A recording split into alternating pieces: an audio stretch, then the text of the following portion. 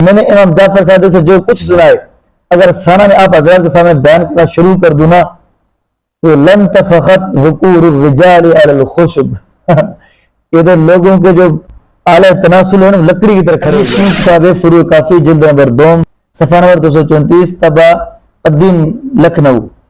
اس میں اور اسی طرح فروع کافی جلد نمبر 5 میں بھی طبع جدید صفحہ نمبر 44 پر باب الخزخزۃ و نکاح البہیمۃ. اس میں بڑی کمال کی روایت لائی ہے. اس میں انہوں نے پوچھا ہے نبی عبداللہ علیہ السلام امام جعفر صادق سے روایت ہے قال راوی کہتے ہیں سألت عن الدل کی میں نے امام صاحب سے مشت زنی کے متعلق پوچھا. قال امام صاحب نے کہا ناکح نفسہ لا شیء علیہ یہ تو آپ نے فرمایا اس پر کوئی مواخذہ نہیں ہے یہ تو خود اپنے وجود سے جمع کرنا ہے.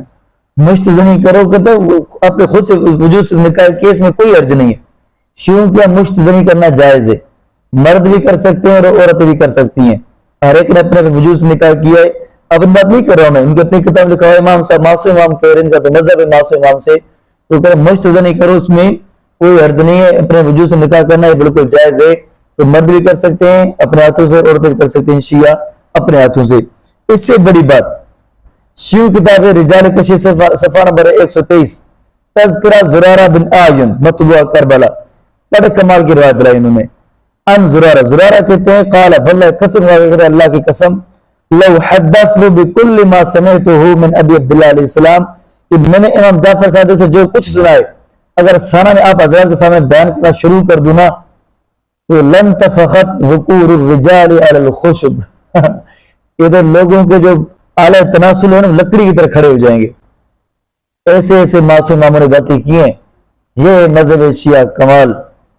جو بھی الٹا کام کرو منصوب اماموں کی طرف کر دو نا بس کون سا مارج ہے بدنام وہ ہو رہے ہیں تمہیں کیا ہے.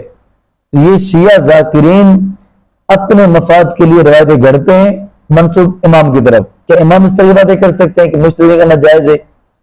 امام اس طرح باتیں کر سکتے ہیں کہ دوسرے لوگوں کے اعلیٰ تناسل کھڑے ہو جائیں؟ ہے پھر تمہاری زندگی پر